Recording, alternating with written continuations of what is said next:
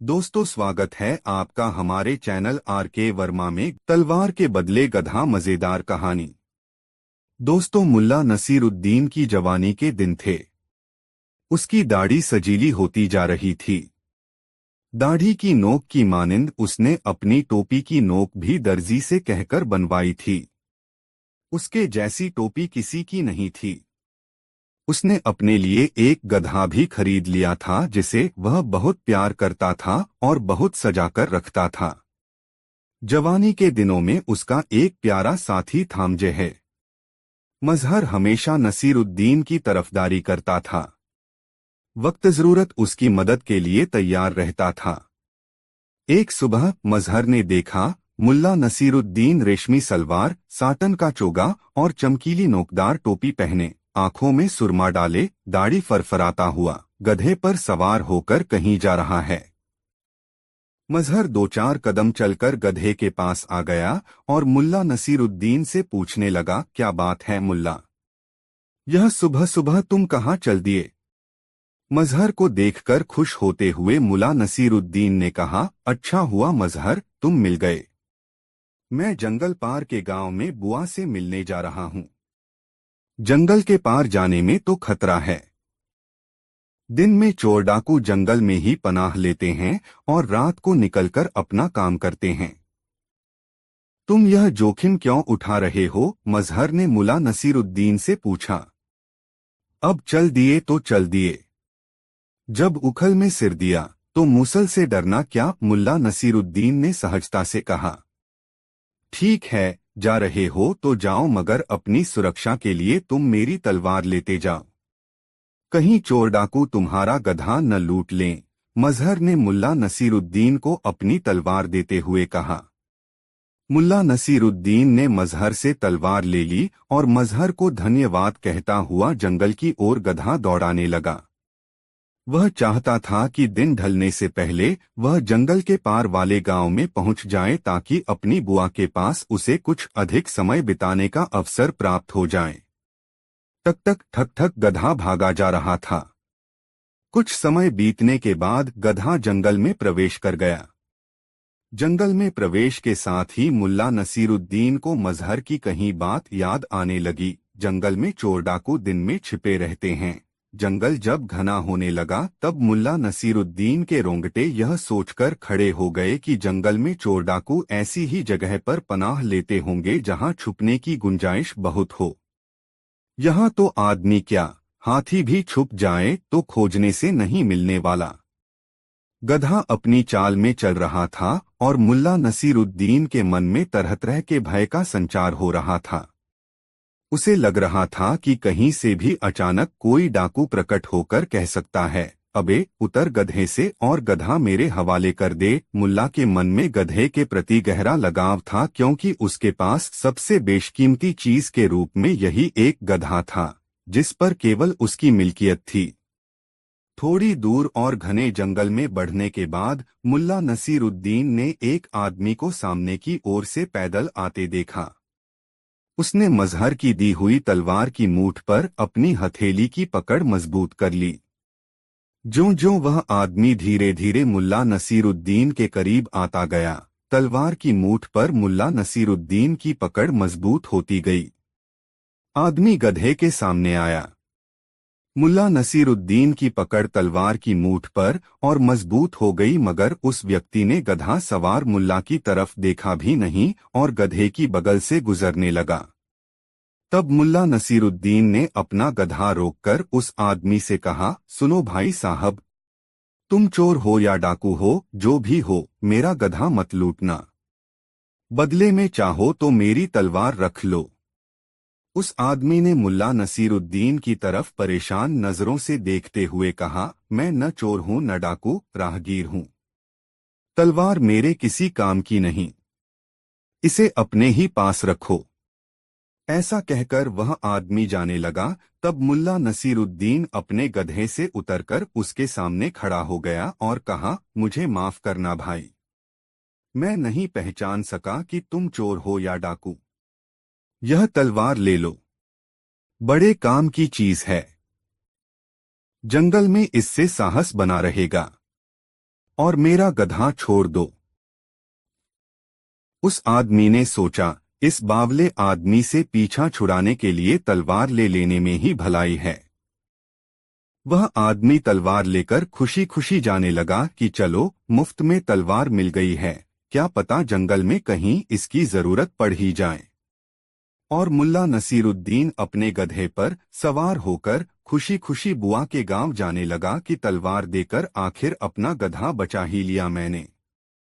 2 दिनों के बाद मुल्ला नसीरुद्दीन अपने गांव वापस आया तो सबसे पहले वह मजहर से मिलने गया। मजहर से मुलाकात होते ही उसने मजहर से कहा, दोस्त, तुम्हारी तलवार न होती तो मैं गधे से हाथ धो बैठता। तुम्हारी तलवार देकर मैं गधा बचाकर लाया हूं। जब मजहर को सारा वाकया मालूम हुआ तो वह सिर पीट कर रह गया। आखिर वह इसके अलावा कर भी क्या सकता था। जेब की प्यास मुल्ला नसीरुद्दीन बहुत दिनों के बाद बुखारा आया हुआ था। जैसे जैसे उसके पहचान के लोगों को मुल्ला नसीरुद्दीन के बुखारा में होने की जानकारी मिल रही थी, वैसे वैसे मुल्ला नसीरुद्दीन के पास मिलने आने वालों की संख्या में इजाफा हो रहा था। मुल्ला नसीरुद्दीन खुश था। उसे लगा बुखारा आने का निर्णय गलत नहीं था। लोग इतने अरसे बाद भी उसे भूले नहीं हैं। बुखारा में मुल्ला नसीरुद्दीन के चाहने वालों की कमी नहीं थी। सेठ करीम उसके प्रशंसकों में एक था। सेठ को पैसे की कोई कमी नहीं थी।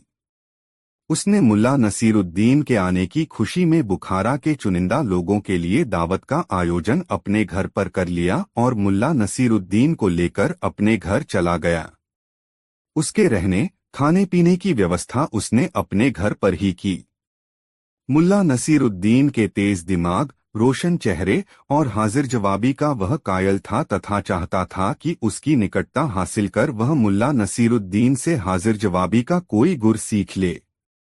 अपने इसी उद्देश्य के तहत वह मुल्ला को अपने घर ले आया था और उसकी शान में दावत देने के पीछे उसकी मंशा थी कि लोग जान लें कि मुल्ला नसीरुद्दीन के साथ सेठ करीम की निकटता है। मुल्ला नसीरुद्दीन की आवभगत जिस तरह सेठ करीम ने की थी, उससे मुल्ला नसीरुद्दीन भी सेठ करीम के प्रति उदार हो गया था और सोच रहा था कि किसी तरह वह सेठ करीम के इस उपकार का बदला चुका दे। खैर, दावत का दिन आ गया। सेठ करीम के घर को दावत के ख्याल से खूब सजाया गया था। लोगों को बैठाने और जिमाने के लिए जगह जगह पर खिदमतगार खड़े थे। इतनी चाकचौबंद व्यवस्था थी कि कोई चूक निकालना मुश्किल था। अतिथि आने लगे थे। भोजन परोसे जाने में अभी देरी थी। मुल्ला नसीरुद्दीन को एक ऊंचे तख्त पर बैठाया गया था ताकि दावत में आने वाला हर शख्स उसे देख सके कि यही वह शख्स है जिसकी शान में सेठ करीम ने इतनी बड़ी दावत दी है। मुल्ला नसीरुद्दीन उस तख्त पर बैठकर आने वाले अतिथि को देख सकता था। उसने दरवाजे से एक गोलमटोल से आदमी को प्रवेश करते देखा। देखने में काफी संपन्न दिख रहे इस व्यक्ति ने कीमती और सजीला लिबास पहन रखा था। उसकी चाल में विशेष किस्म की अकड़ थी तथा उसकी मूंछें बड़ी रोबीली थीं। सेठ करीम ने जब उस शख्स को देखा तो खुद उठकर उसकी अगवानी की और उसे एक गद्देदार तख्त पर बैठाया जिस पर पहले से ही गावत किए रखे हुए थे। मुल्ला ने उस व्यक्ति को देखकर अनुमान लगाया कि जरूर यह सेठ करीम का कोई रिश्तेदार होगा, अन्यथा यह खुद आगे बढ़कर उसकी अगवानी नहीं करता। थोड़ी ही देर के बाद सेठ करीम उस व्यक्ति को साथ लेकर मुल्ला नसीरुद्दीन के पास आया तथा उससे मुल्ला का परिचय कराते हुए कहा, ये हमारे बड़े बहनोई हैं रहमत अली। बड़े ही रसूख वाले इंसान हैं। पूरे बुखारा में इनके जैसी साख बाला कोई व्यापारी नहीं है। जुबान पर लाख करोड़ का हिसाब रहता है और इशारों पर करोड़ों की लेन देन हो जाती है। औपचारिकतावश मुल्ला नसीरुद्दीन अपने तख्त से उठा और रहमत अली का अभिवादन किया। भोजन से पहले जलपान परोसा जाने लगा।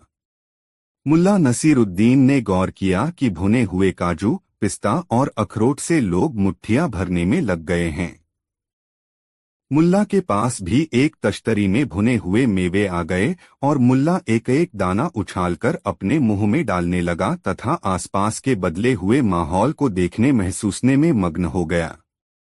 लोग सूखे मेवों पर टूट से पड़े थे। तभी मुल्ला की नजर दूर बैठे रहमत अली पर पड़ी। रहमत अली मेवा खा भी रहा था और अपनी शेरवानी के आगे वाली जेबों में लोगों की नजर बचाकर मुट्ठी भर भर कर मेवा ड्रेस भी रहा था। वह जहां बैठा था वह जगह ऐसी थी जहां पर आम अतिथियों की नजर नहीं पड़ सकती थी।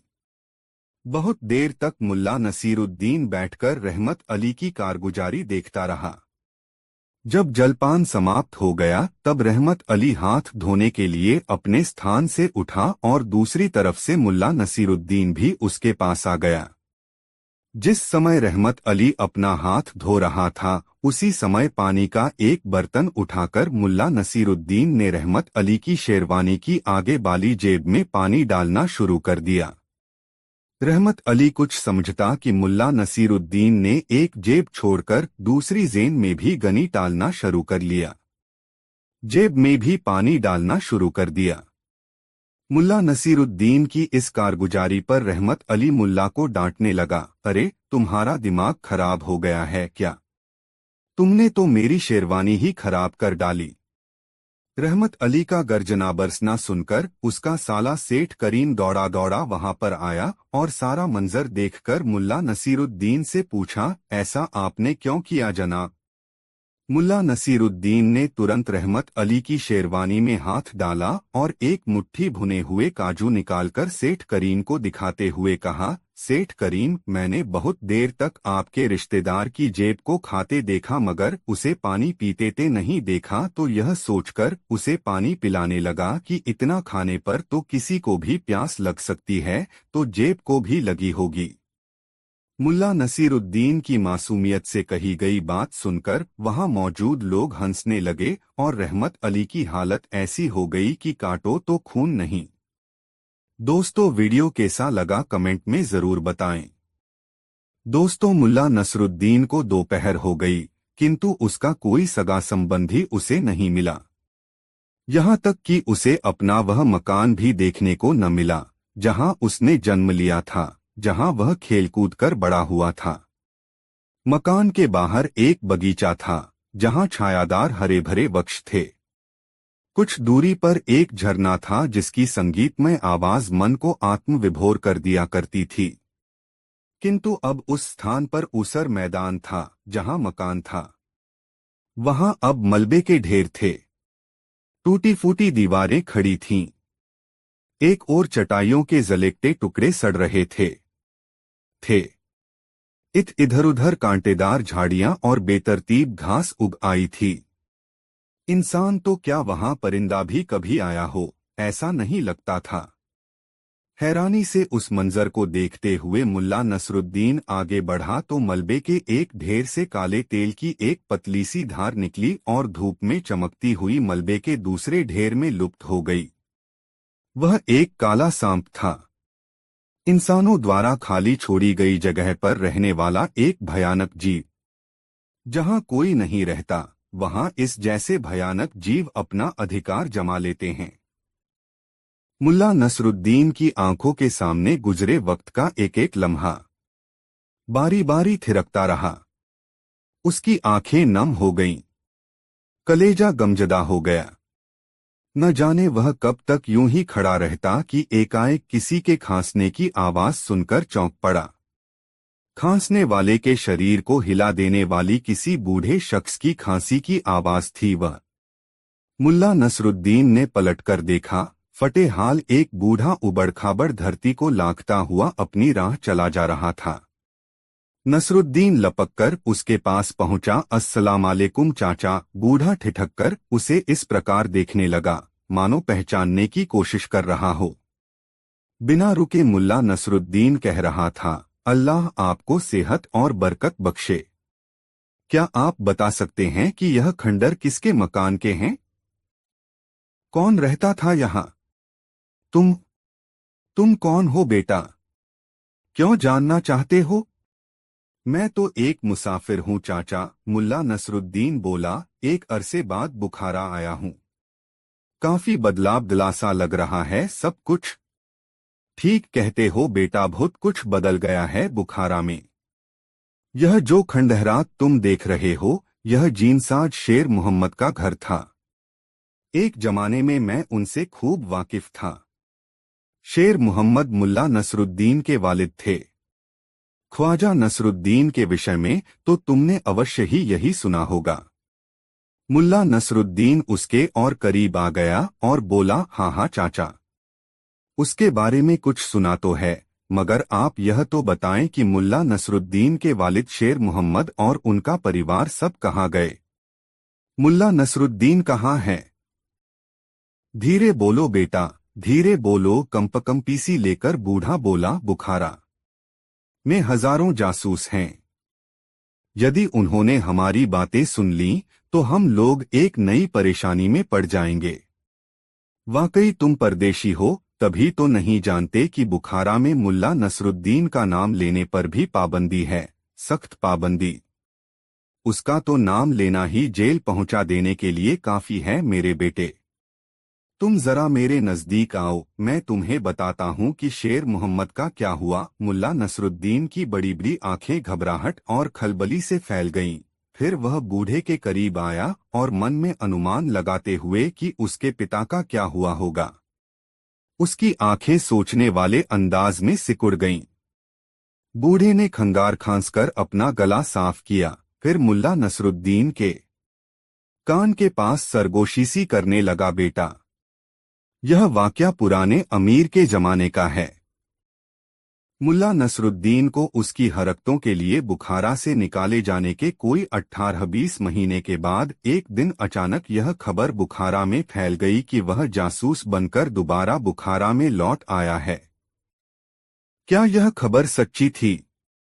अरे नहीं बेटा, अफवाह थी, अफवाह, कोरी बकवास। बूढ़े ने उसी राजदाराना अंदाज में गुफ्तगू की। यह अफवाह अमीर के कानों तक भी पहुंच गई कि वह यहाँ गैरकानूनी धंधे कर रहा है, अमीर का मजाक उड़ाने वाले नगमे लिख रहा है और आवाम में बदफैली फैला रहा है। फिर व्याकुलता से मुल्ला ने पूछा, फिर क्या हुआ बुजुर्गवार? होना क्या था बेटा? सिपाही नसरुद्दीन की तलाश में जुट गए। जमीन आसमान एक कर दिया। बुखारा का चप्पा चप्पा छान मारा, मगर सारी कवायद बेकार गई है। मुल्ला नसरुद्दीन तो क्या, उसकी परछाई भी उन्हें नहीं मिली। आखिर होता तो मिलता न। फिर मुल्ला की बेचैनी और उत्सुकता बढ़ती ही जा रही थी। सिपाहियों की इस नाकामी पर अमीर बहुत झुंझला गया और उसके हुक्म से नसरुद्दीन के वालिद, चाचा, मामू वगैरह दूरपास के रिश्तेदारों और यहाँ तक कि हमदर्द और दोस्तों तक की गिरफ्तारी का हुक्म जारी कर दिया गया और सिपाहियों को हुक्म दिया गया कि उन लोगों को तब तक तकलीफें दें जब तक कि वे मुल्ला नसरुद्दीन का पता न बता दें। कहकर बूढ़ा एक पल के लिए रुका, फिर पुनः बोला, यह तो खुदा का शुक्र है बेटे कि उन लोगों को खुदा ने शांत रहने और तकलीफें जज्ब करने की हिम्मत बख्शी, लिहाजा मुल्ला नसरुद्दीन अमीर के हाथों में न पड़ा। लेकिन उसके वालिद जीनसाज शेर मोहम्मद तकलीफें सहने की वजह से बीमार पड़ गए और उनकी मौत हो गई। और बाकियों का क्या हुआ? मेरा मतलब है उसके बाकी रिश्तेदार और दोस्त वगैरह। अमीर के कहर से बचने के लिए वे सब बुखारा छोड़कर भाग गए।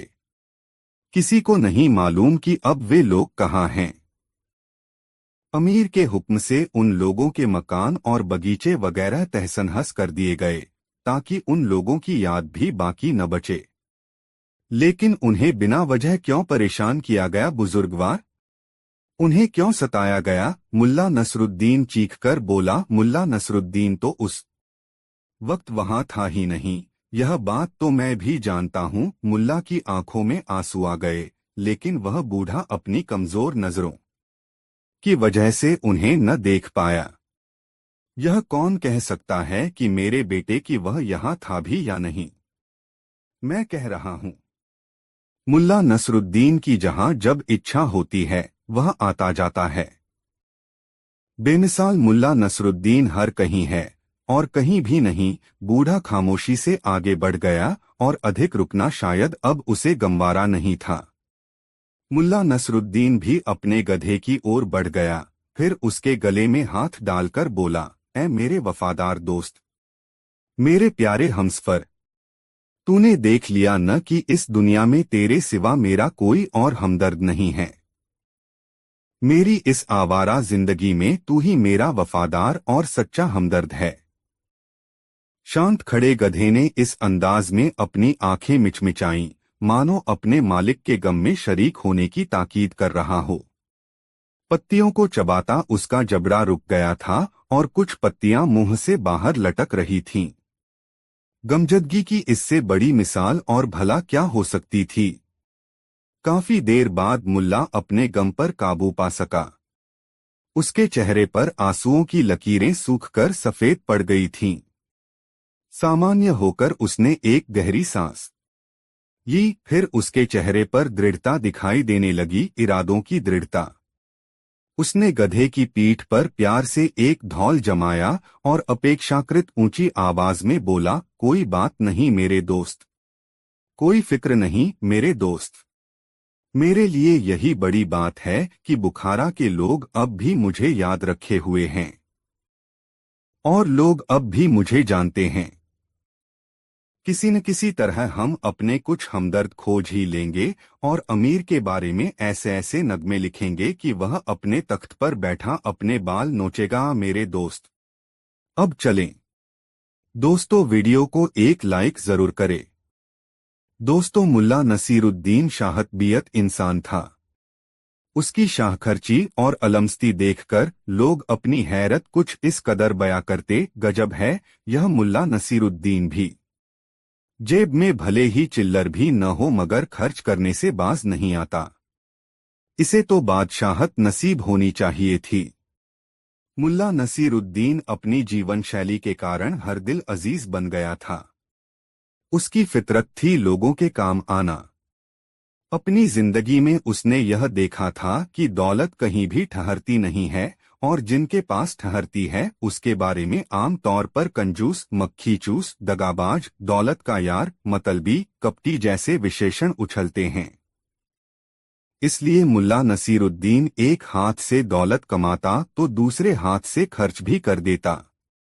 उसकी इस आदत से उसकी पत्नी दुखी रहती, मगर मुल्ला नसीरुद्दीन उसे यह समझाता रहता कि दौलत सहेजने में जीवन का आनंद नहीं है। जीवन का आनंद तो इस बात में छुपा है कि आपको चाहने वाले कितने हैं, आपकी पुकार सुनकर कितने लोग आपके पास आते हैं और आपके दुख सुख में हाथ बंटाते हैं। किंतु फाकाक्षी का दौर देख चुकी मुल्ला नसीरुद्दीन की पत्नी उसकी इस समझ पर एतराज जताती और कहती, इंसान को अपनी गृहस्थी के बारे में भी सोचना चाहिए।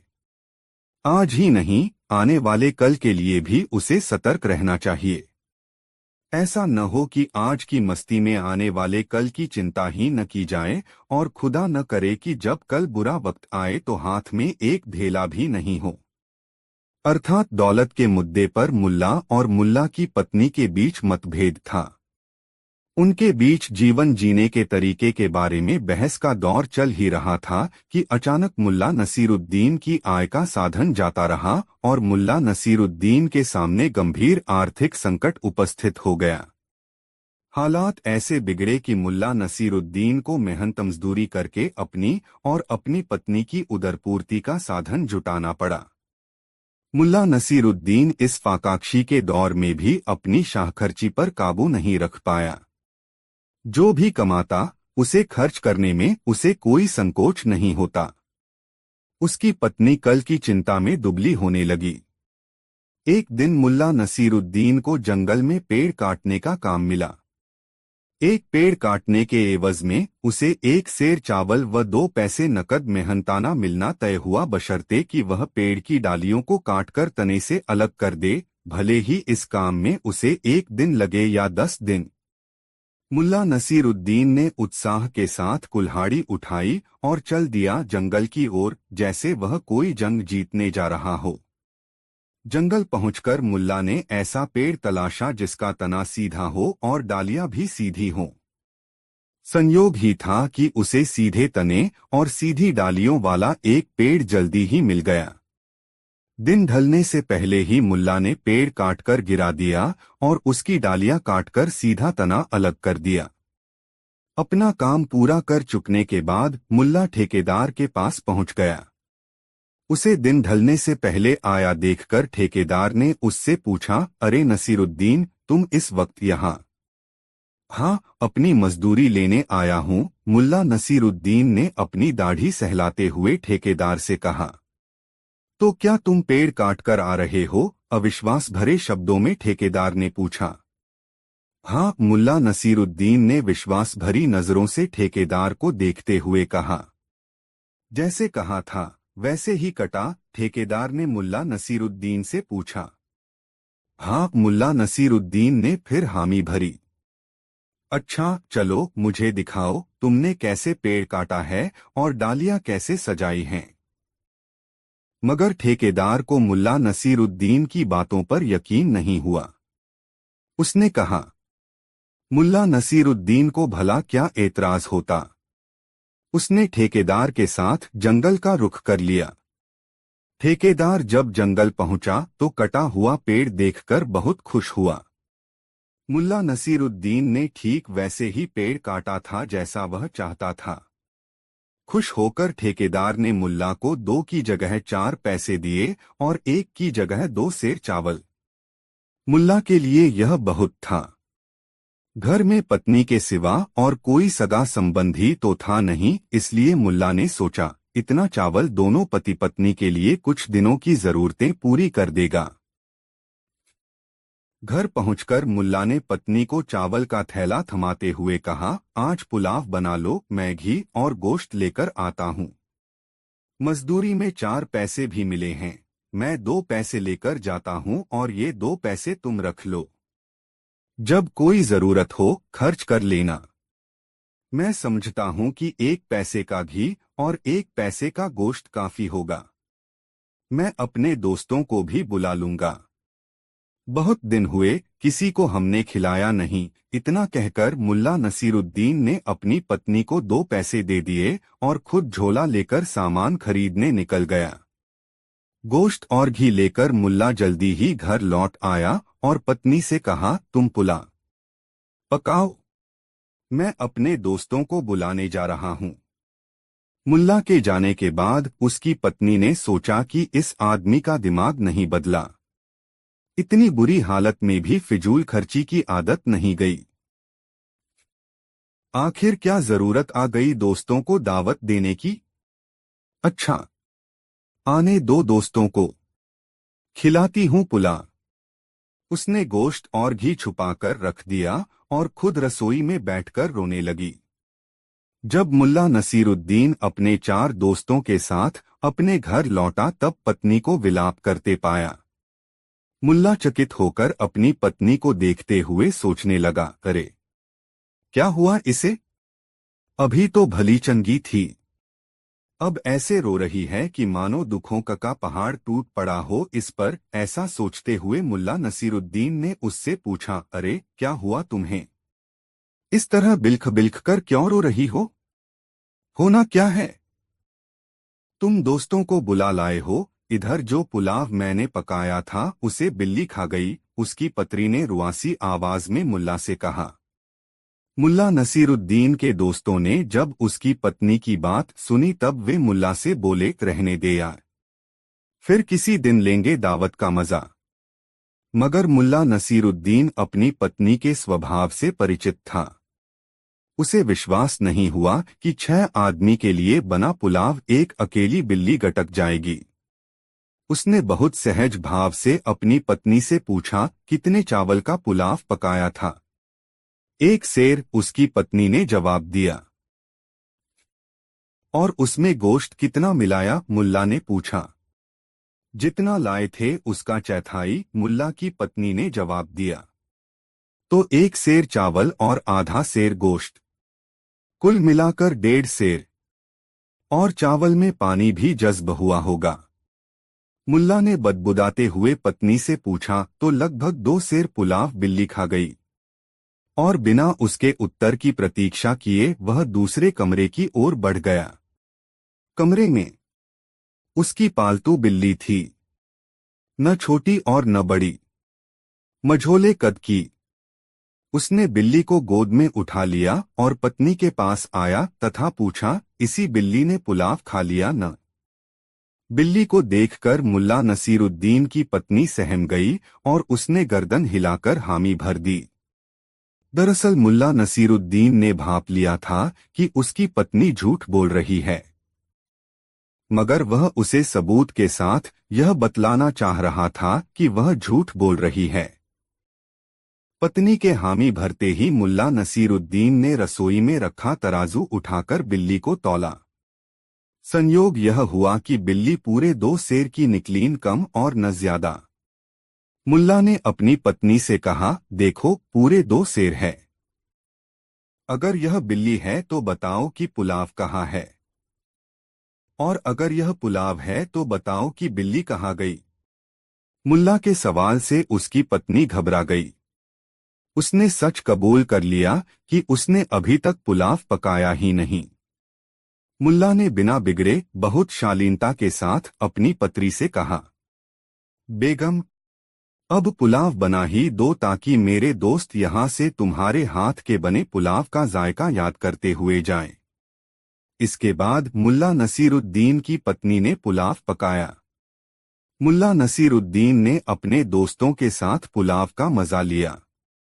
जब उसके दोस्त जाने लगे तब मुल्ला नसीरुद्दीन ने कहा, दोस्तों, यदि बिल्ली ने पुलाव नहीं खाया होता तो इस पुलाव का वह मजा ही नहीं मिलता जो हमें मिला। मैं तो इस पुलाव का जायका भूलने वाला नहीं। मुल्ला नसीरुद्दीन की बात सुनकर उसके दोस्त हंस पड़े और हंसते हुए विदा हुए। दोस्तों के जाने के बाद मुल्ला नसीरुद्दीन ने अपनी पत्नी को बहुत प्यार से समझाया, बेगम, किसी को खिलाने से कुछ कमता नहीं, लोगों की दुआ मिलती है। किसी को खिलाकर जो सुख मिलता है उसका आनंद ही कुछ और है। मेरा तो मन पुलकित हो उठता है जब 2-4 लोग साथ खाने वाले मिल जाते हैं। उसकी बात सुनकर उसकी पत्नी अपने किए पर बहुत शर्मिंदा हुई और भविष्य में कभी भी ऐसा नहीं करने का वचन मुल्ला नसीरुद्दीन को दिया। वह अपनी पत्नी की बात सुनकर गुनगुनाने लगा, खाने वाले हम हैं, खिलाने वाला वो। दोस्तों, यह कहानी अपने मित्रों को जरूर शेयर करें। गधे की पूंछ और जुए का दांव। दोस्तों, एक चाय की दुकान के बाहर जाकर नसरुद्दीन ने अपना गधा रोका। शहर का चक्कर लगाकर वह थक गया था। सोचा चाय पीकर कुछ ताजा दम हो ले। दुकान में काफी भीड़ भाड़ थी। पास ही नानबाई की दुकान थी, जिसे देखकर उसे भूख का एहसास हुआ। वह दुकान में घुस गया और एक कोने में जा बैठा।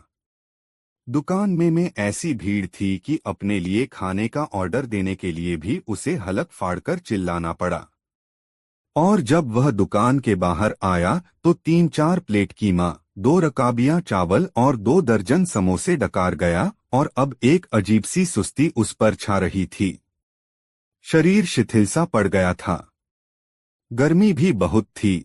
खाने और गर्मी के कारण तबीयत में भारीपन सा लिए वह चाय की दुकान में आया और एक गद्दे पर पसर गया। चाय के लिए बोलकर वह भविष्य के विचारों में खो गया। वह सोचने लगा कि इस समय मेरे पास अच्छी खासी रकम है। इस रकम को किसी धंधे में लगा दिया जाए। यह रकम जीनसाजी या बर्तन बनाने के काम में लगा देना अच्छा रहेगा। इन दोनों कामों को मैं बेहतर जानता हूँ। आखिर कब तक यूं ही घूमता रहूंगा? क्या मैं कोई धंधा नहीं कर सकता? क्या मैं किसी से बदतर हूँ? मैं मूर्ख हूँ? क्या मेरे नसीब में एक हसीन और मेहरबान बीवी नहीं है?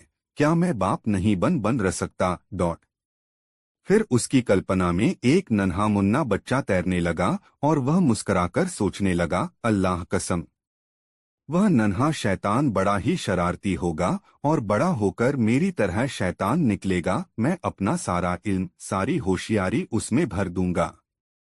ठीक है, ऐसा ही सही। मैं आज ही निश्चय करता हूँ कि अब मैं बेचैन और आवारागर्दी भरी यह जिंदगी छोड़ दूंगा। अब काम शुरू करने के लिए मुझे जीनसाज या कुम्हार की दुकान खरीदने के लिए कम से कम 300 तके चाहिए और मेरे पास कुल 150 तंके ही हैं। तंकों का ख्याल आते ही उसे खुरदरे नौकर की याद आ गई और 150 तंके झटक लेने के लिए वह उसे कोसने लगा। फिर वह होंठों ही होंठों में बड़बड़ाया, खुदा इसे गारत करे, जिस रकम की मुझे जरूरत थी कमबख्त वही रकम छीन कर ले गया। वाह वाह! एक बार फिर भाग्य ने साथ दिया। 20 तंके। इस आवाज के साथ ही तांबे की थाली में पासा गिरने की आवाज सुनाई दी। मुल्ला नसरुद्दीन चौंका। जुआ! सचमुच बाहर जुआ हो रहा था। पशु बांधने के खूंटों के पास की जमीन पर कुछ लोग घेरा बनाए बैठे थे। चायखाने का मालिक घेरे के पीछे खड़ा गर्दन उचकाकर उनके सिरों के ऊपर से झांक रहा था। मुल्ला नसरुद्दीन कोहनियों के सहारे उठा, फिर सोचने लगा, देखना तो चाहिए, दूर से देखने में हर्ज ही क्या है। न, मैं जुआ नहीं खेलूंगा, मैं ऐसा मूर्ख थोड़े ही हूँ। वह उठकर बाहर जुआरियों के पास आया और झुंड के करीब आकर चाय वाले के कान के पास मुँह लाकर फुसफुसाया, मूर्ख लोग फायदे के लालच में अपना आखिरी सिक्का तक गवा देते हैं। पैगंबर साहब ने रुपयों के लिए जुआ खेलने को मना किया है।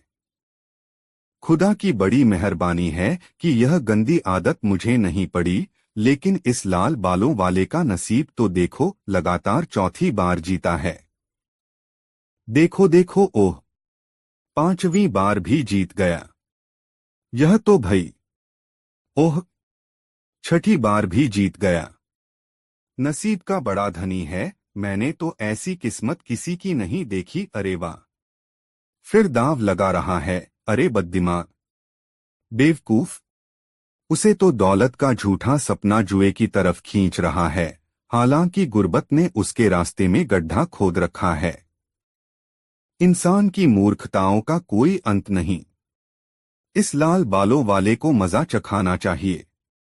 अगर वह 7वीं बार भी दाव जीतता है तो मैं इससे दाव बदूंगा। वैसे मैं जुए से सख्त नफरत करता हूँ।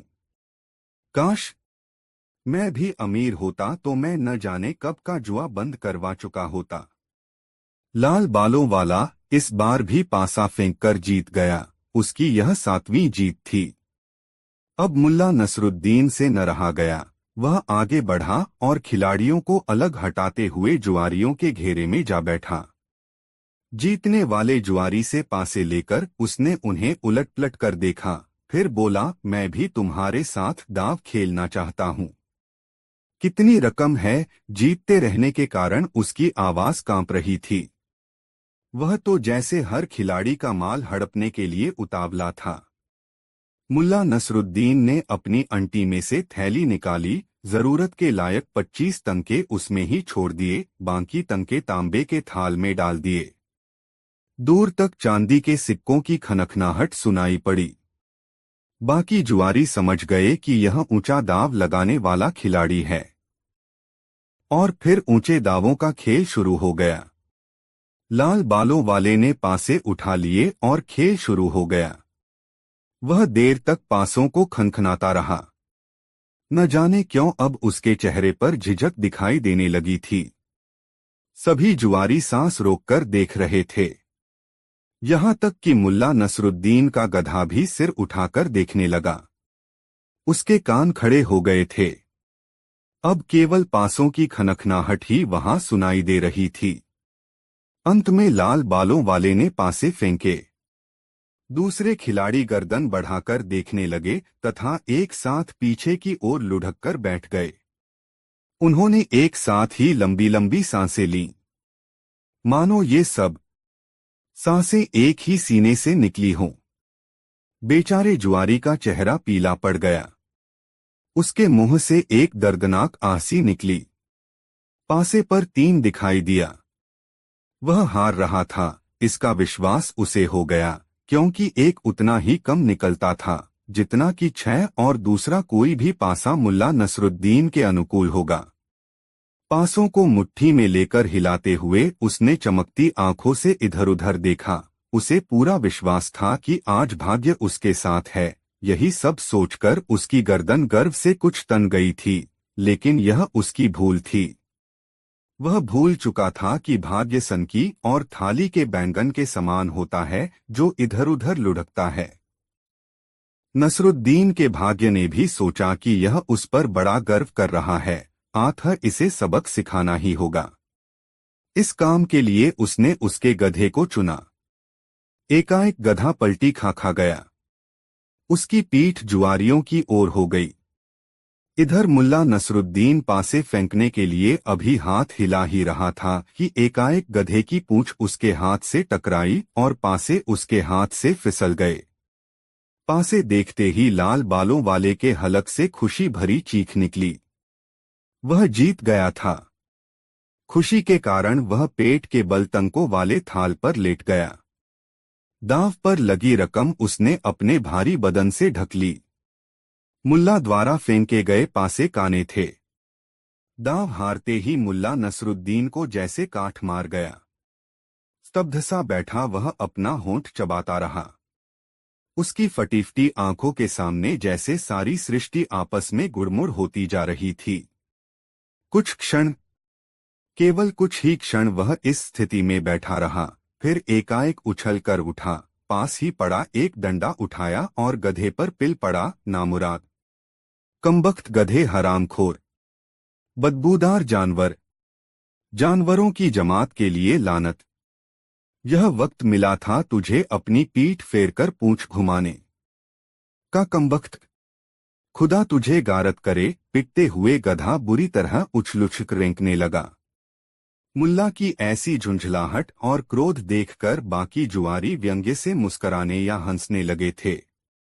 वे खुशी से चिल्ला रहे थे। सबसे अधिक जोर से लाल बालों वाला जुआरी चिल्लाया, जो यह दांव जीतकर स्वयं को सबसे अधिक खुशनसीब समझ रहा था। मुल्ला नसरुद्दीन थककर हांफने लगा। डंडा उसने एक ओर फेंक दिया। अरे गुस्सा थूक दो दोस्त, आओ एक दांव और खेलो, अभी तो तुम 2-4 दांव और भी खेल सकते हो। लाल बालों वाले ने उसे उकसाया, अभी तो 25 तंके और भी हैं तुम्हारे पास। हाँ हाँ, क्यों नहीं, मैं भी यूं हार मानने वाला नहीं, मुल्ला नसरुद्दीन ने कहा। उसने सोच लिया था कि जब 125 तंके चले गए तो इन 25 तंकों को ही रखकर वह क्या करेगा, इन्हें भी दांव पर लगा देना चाहिए, आर या पार। सोचते हुए वह फिर फड़ पर बैठ गया और पासे उठा लिए। एक बार फिर बाजी जम गई। सभी जुआरी आगे को झुक आए। मुल्ला नसरुद्दीन ने पासे फेंके, इस बार वह जीत गया। अब पासे लाल बालों वाले के पास चले गए। पासे फेंकने से पहले उसने कहा, सारी रकम? ठीक है, पासे फेंको। उसने पासे फेंके, दांव उल्टा पड़ा। वह हार गया। और फिर वह दूसरा दांव भी हार गया। उसे बड़ा आश्चर्य हुआ कि दोनों दांव वह हार गया। उसे जैसे विश्वास ही नहीं हुआ कि उसका भाग्य पलटा खा गया था और अब सौभाग्य की दृष्टि नसरुद्दीन पर है। वह मोटे मोटे दांव अड़ता रहा, हर बार इस उम्मीद के साथ कि हारी हुई रकम एक ही झटके में वापस आ जाएगी, मगर ऐसा नहीं हुआ। उसने 7-8 मोटे दांव लगाए और हर बार हारा। मुल्ला नसरुद्दीन के आगे थाल में तंकों का ढेर लग गया। जब करीब 1600 तके वह हार चुका तो जैसे बौखला गया। सभी साथी दम साधे यह दांव देख रहे थे। लाल बालों वाला बौखलाकर बोला, यदि कोई शैतान तुम्हारी मदद कर रहा है तो दूसरी बात है, वरना तुम हर दांव नहीं जीत सकते। तुम्हारे पास 1600 तंके हैं और मेरे पास। उसने अपनी जेब से एक थैली निकाली। यह रकम है जो मैंने अपनी दुकान का माल खरीदने के लिए रखी हुई थी। मैं तुम्हारी सारी रकम के मुकाबले इसे दांव पर लगाता हूँ, मंजूर है? मुल्ला नसरुद्दीन भी ऊंची आवाज में चिल्लाया, मंजूर है, माल सामने डाल। लाल बालों वाले ने अपनी थैली थाल में उड़ेल दी। सोने के सिक्कों, तिल्लों, रुपए और तूमानों से थाल भर गया। वहां और भी अधिक भीड़ एकत्रित हो गई थी। एक बड़ा घेरा बन गया था, उत्सुकता से देखने वालों का। ऐसा भारी जुआ होते वहां कभी नहीं देखा गया था।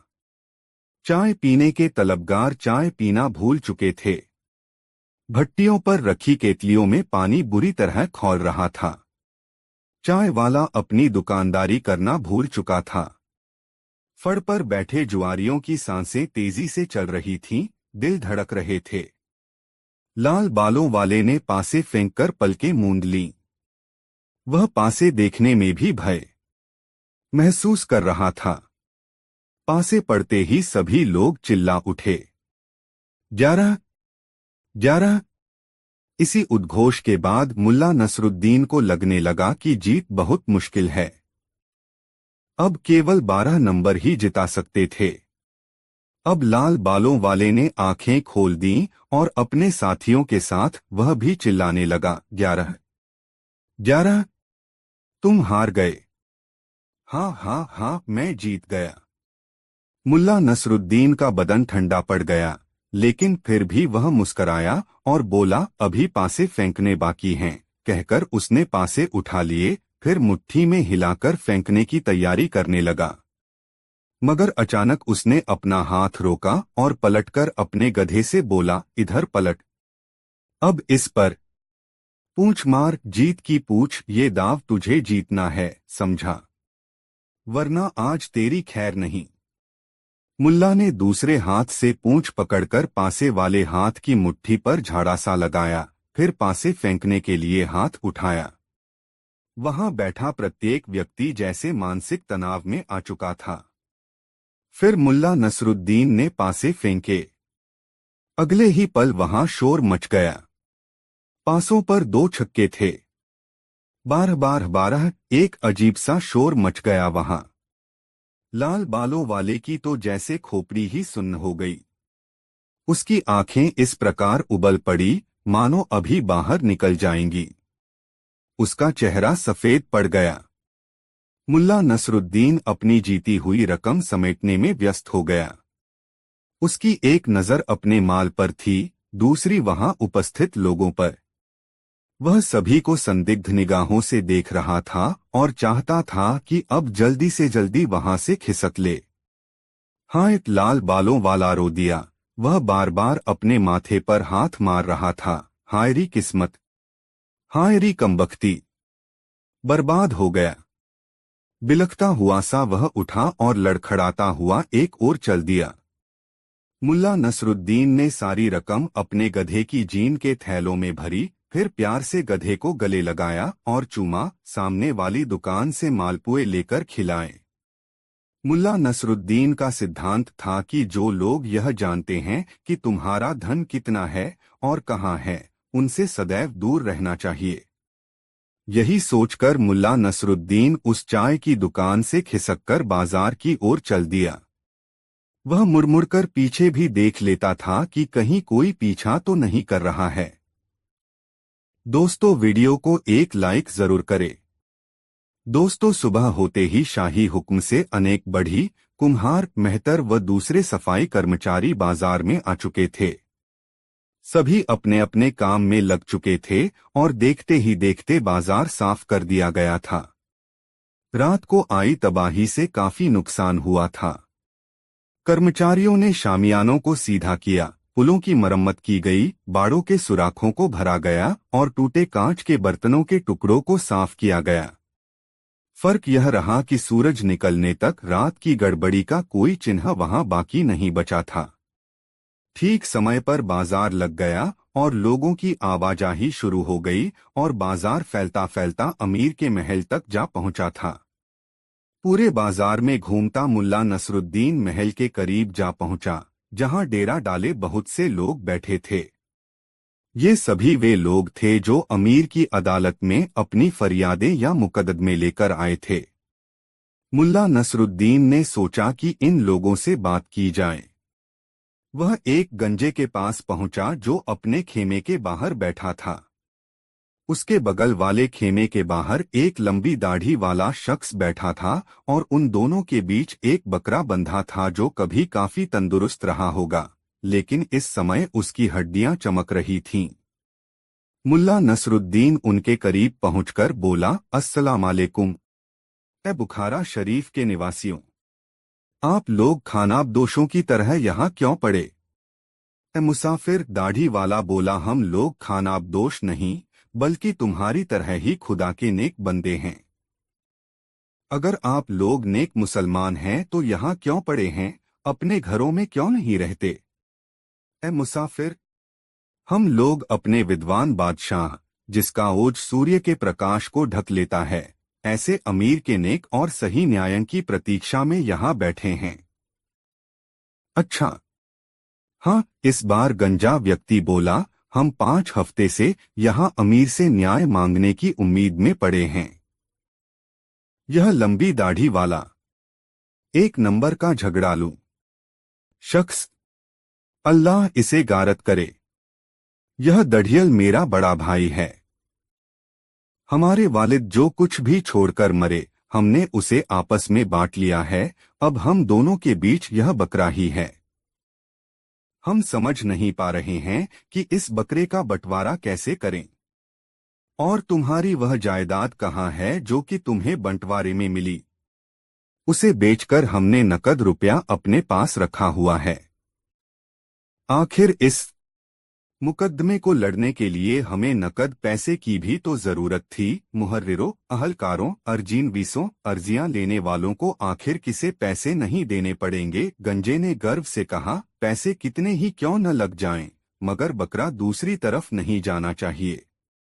मुल्ला नसरुद्दीन ने देखा बकरा लकड़ी के खूंटे को चबाता हुआ लगातार दर्दनाक आवाज में चीख रहा है।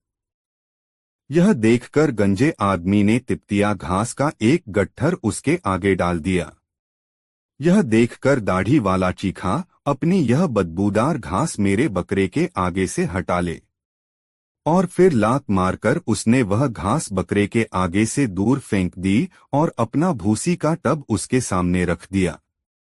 यह देखकर गंजे को गुस्सा आ गया। वह क्रोध से चिल्लाया, नहीं नहीं, मेरा बकरा तेरी यह सूखी भूसी नहीं खाएगा। फिर उसने भी ठोकर मारकर उस टब को दूर हटा दिया। सारी भूसी सड़क की धूल में मिल गई। बस दाढ़ी वाले से यह सहन नहीं हुआ। अबे खबीस, तेरी इतनी हिम्मत, आ तुझे मजा चखाता हूं। और फिर देखते ही देखते वे दोनों गुत्थम गुत्था हो गए। वे एक दूसरे को गालियां बकते हुए जमीन पर लोटपोट हो गए थे। मुल्ला नसरुद्दीन एक ओर खड़ा उनकी यह दिलचस्प लड़ाई देख रहा था। वे लड़ते रहे और उधर बकरे ने अचानक धरती पर गिरकर दम तोड़ दिया।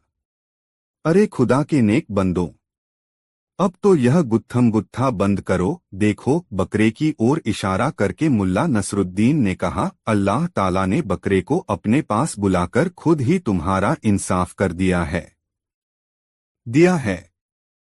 बकरा मर गया। इस बात का तत्काल असर हुआ। वे लड़ना भूलकर फटीफटी आंखों से बकरे को घूरने लगे। उनके चेहरे खून से लथपथ थे। जाहिर था कि दोनों ने एक दूसरे के चेहरे को खूब नोचा था। मुल्ला नसरुद्दीन ने सोचा कि अब झगड़ा खत्म हो गया, मगर नहीं, अभी झगड़ा खत्म नहीं हुआ था। दढ़ियल बोला, अब मैं इसका चमड़ा निकाल लूंगा। इसका चमड़ा मैं निकालूंगा क्योंकि यह बकरा मेरा है, इसकी खाल मैं ही लूंगा। अबे यह बकरा मेरा है गंजे से। और फिर इस प्रकार तू मैं करते वे एक बार फिर एक दूसरे गुथ गए। गंजे ने दाढ़ी वाले की दाढ़ी नोच ली तो दाढ़ी वाले ने उसके गंजे सिर पर अपने नाखून गड़ा दिए। मुल्ला नसरुद्दीन समझ गया कि ये दोनों ही पागल हैं। आठ वह आगे बढ़ गया। मुल्ला नसरुद्दीन अभी कुछ कदम ही आगे बढ़ा था कि उसे सामने से वही लोहार आता दिखाई दिया जिसने सूदखोर जाफर को बचाने पर भला बुरा कहा था। उसे देखते ही मुल्ला नसरुद्दीन खुशी से बोला, सलाम लोहार भाई, देखो हम फिर मिल गए। हालांकि मैं अभी अपना वादा पूरा नहीं कर पाया हूं, मगर पूरा जरूर करूंगा। मगर तुम यहाँ कैसे? क्या तुम भी अमीर की अदालत में कोई फरियाद लेकर आए हो? हाँ, गमगीन लहजे में वह बोला, मैं लोहारों की बस्ती की एक शिकायत लेकर आया हूँ। शिकायत? मुल्ला नसरुद्दीन भौचक कासा होकर बोला, क्या अमीर शिकायतें भी सुनते हैं? खैर, शिकायत क्या यह है लोहार भाई? हमें 15 सिपाही मिले हैं, जिन्हें 3 महीने तक खिलाने पिलाने का जिम्मा हमारा था, मगर 1 साल होने को आया, वे अभी हमारे सिर पर सवार हैं। यहाँ हमारा ही गुजारा बामुश्किल होता है, हम उन्हें भला कैसे खिलाएं? हम तो बड़ी मुश्किल में फंसे हैं। तभी एक दूसरा व्यक्ति भी वहां आ गया। वह रंगरेजों की बस्ती से आया था। उसने कहा, मैं रंगरेजों की बस्ती से आया हूं, हम पर 26 सिपाहियों का जिम्मा है। मैं अमीर से फरियाद करने आया हूं कि हमारा धंधा बिल्कुल चौपट हुआ जा रहा है, मुनाफा बिल्कुल नहीं हो रहा। मेहरबानी करके अमीर हमें इस मुसीबत से निजात दिला दें। यह सुनकर मुल्ला नसरुद्दीन बोला, लोहार भाई, एक बात मेरी समझ में नहीं आई कि तुम लोग सिपाहियों को आखिर पसंद क्यों नहीं करते। जब तुम अमीर मंत्री व अधिकारियों को पालते हो, 2000 गुलामों व 6000 फकीरों को खिलाते पिलाते हो, तो फिर बेचारे ये सिपाही क्यों भूखे रहें? क्या तुमने यह कहावत नहीं सुनी कि जहां किसी एक सियार को कुछ खाने को मिल जाता है, वहां 10 सियार और आ जाते हैं? यह सुनकर लोहार सहमी सहमी नजरों से इधर उधर देखते हुए बोला, धीरे बोलो धीरे बोलो। रंगरेज मुल्ला नसरुद्दीन को घूरते हुए बोला, ए मुसाफिर, तुम खतरनाक आदमी हो। मुझे तुम्हारी बातों में नेकी नजर नहीं आती। हमारे अमीर तो बड़े ही विद्वान। उसकी बात अधूरी रह गई, तभी महल के द्वार पर ढोल और तुरही बजने लगी। महल के फाटक खुलने लगे। सारे खेमे में हलचल सी मच गई। चारों ओर से फुसफुसाहट भरी आवाजें सुनाई देने लगीं। अमीर, अमीर। लोग महल के फाटक की ओर बढ़ने लगे ताकि नजर भरकर अमीर के दीदार कर सकें। मुल्ला नसरुद्दीन ने भी आगे बढ़कर एक सुविधाजनक जगह तलाश कर ली ताकि अमीर की अदालत का नजारा कर सके। फाटक से पहले नकीब दौड़ते हुए निकले। वे चिल्ला रहे थे, हटो हटो, अमीर के लिए रास्ता छोड़ो, बाजू हटो, आला हजरत अमीर तशरीफ ला रहे हैं।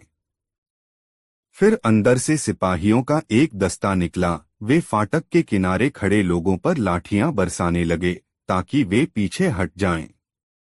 तत्काल ही एक चौड़ा रास्ता बन गया। इसके बाद मसीसी लोग निकले। उनके हाथों में ढोल, बांसुरी, तंबूरे आदि थे। इसके बाद कीमती वस्त्र और तलवारों से लैस अमीर के खास सेवकों का दस्ता निकला। दस्ते के पीछे 2 हाथी थे जो पूरी तरह सजेधजे थे। अंत में एक सजीदजी गाड़ी निकली। उसमें जरी के चंदोवे के भीतर स्वयं अमीर बड़े मसे लेटे हुए थे। यह दृश्य देखते ही भीड़ में सरसराहट सी फैल गई। आराम। अमीर के निर्देशानुसार सभी लोग जमीन पर लेट गए। अमीर का आदेश था कि स्वामी भक्त जनता विनम्रता एवं सभ्यतापूर्वक आए व कभी भी ऊंची नजर से न देखे। नौकर दौड़ दौड़कर सवारी के सामने कालीन बिछा रहे थे। गाड़ी के एक ओर चंवर डुलाने वाला अपने कंधे पर घोड़े के बालों की पूंछ का चंवर रखे चल रहा था। दूसरी ओर अमीर का हुक्के वाला था, जो बड़ी विनम्रता व आत्मविश्वास के साथ सोने का तुर्की हुक्का लिए सवारी के साथ साथ चल रहा था। जुलूस में सबसे पीछे पीतल के कंटोप पहने, हाथों में नंगी तलवारें, भाले व तीर कमान लिए सिपाही चल रहे थे। सबसे पीछे 2 तोपें थीं। दोपहर का सूरज चमक रहा था। एक ओर यह शाही आन बान थी तो दूसरी ओर गरीबी से जूझते फटेहाल वे लोग थे जो अपनी अपनी फरियादें लेकर वहां आए थे। अमीर का शानदार जुलूस जब जाहिल, गंदे, दबे पिसे और फटेहाल लोगों के विशाल समूह के बीच से गुजरा तो ऐसा लगा जैसे गंदे चिथड़े में सोने का पतला धागा डाल दिया गया हो।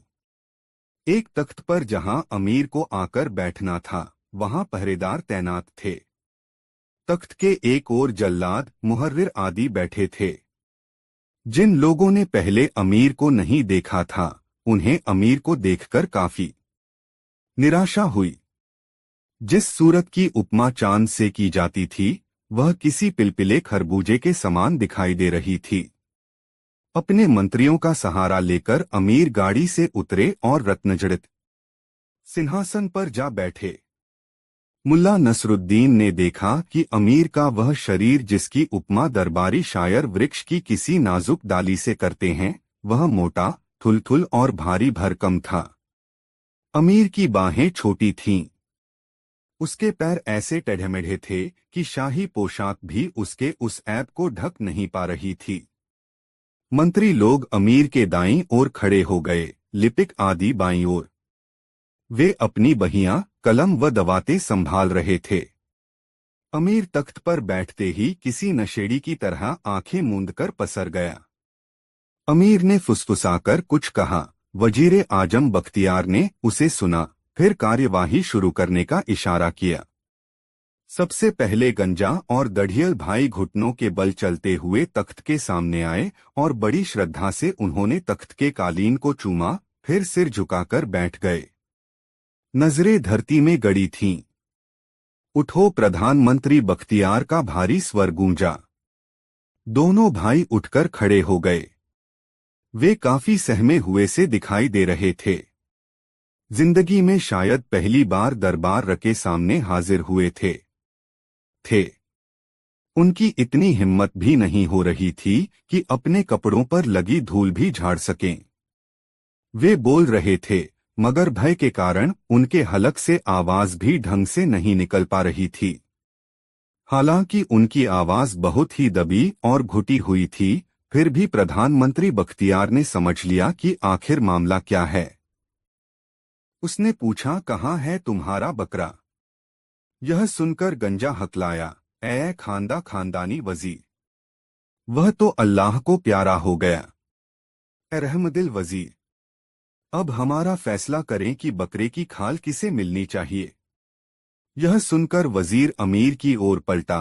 ए शाहों में सबसे ज्यादा जहीन अमीर, इस विवाद में आप क्या फैसला देते हैं? अमीर ने जम्हाई ली और आंखें मूंदकर गर्दन कंधे पर टिका ली। उसने तो जैसे वजीर की बात सुनी ही नहीं, मगर वजीर भी पूरा छंटा हुआ मक्कार था। उसने उसके चेहरे के पास सिर झुकाया, ठीक इस प्रकार मानो अमीर उसके कान में कुछ कह रहा हो, फिर बोला, ओह मेरे आका, फैसला तो आपके चेहरे पर स्पष्ट झलक रहा है। कहकर वह दोनों भाइयों की ओर पलटा, सुनो, गौर से सुनो। हमारे महामहिम अमीर ने हम पर निर्णय करने का रहमोकरम किया है। अगर बकरा खुदा को प्यारा हो गया है तो इंसाफ यही कहता है कि उसका चमड़ा इस संसार में खुदा के जानशीन खलीफा हमारे अमीर के पास रहना चाहिए। इसलिए बकरे की खाल को साफ करवाकर शाही मालखाने में जमा करा दिया जाए। सुनते ही दोनों भाई सिटपिटाए। यह क्या हुआ? न बकरा मिला और न बकरे की खाल। खाल की साफ कराई का खर्चा और सिर पर पड़ गया। भीड़ में सरगोशियां सुनाई देने लगीं, जबकि एक पल रुककर वजीर ने पुनः कहा, इसके अलावा दोनों फरियादियों को 200 तंके न्याय शुल्क, 150 तंके महल शुल्क और 50 तंके लिपिक शुल्क देने होंगे तथा मस्जिद के लिए चंदा भी देना होगा। यह सब नकद अथवा जायदाद के रूप में वसूल किया जाएगा। यह फैसला होते ही दरबार के कवि कव्वाल अमीर की शान में गीत गाने लगे और वे दोनों भाई एक दूसरे के गले में बाहें डालकर फूट फूट कर रो रहे थे। मुल्ला नसरुद्दीन उनके करीब पहुंचा और सांत्वना देते हुए बोला, कोई बात नहीं भाइयों, यह तो ऊपर वाले का शुक्र है कि हफ्तों इंतजार का तुम्हारा वक्त जाया नहीं गया। अमीर ने बड़ी दयानतदारी से तुम्हारा इंसाफ किया है। यह बात तो बुखारा का हरेक आदमी जानता है कि इस दुनिया में हमारे अमीर से बढ़कर कोई भी कृपालु व विद्वान न्यायाधीश नहीं है। अब तुम दोनों भाई अपने अपने घरों को जाओ और भविष्य में अगर फिर कभी किसी कुत्ते, बिल्ली या मुर्गे को लेकर तुम्हारा फसाद हो तो फिर अमीर की अदालत में आना, और हाँ, आने से पहले अपने खेत खलिहान और मकान आदि बेचना न भूलना, वरना तुम लोग शाही कर अदा नहीं कर पाओगे।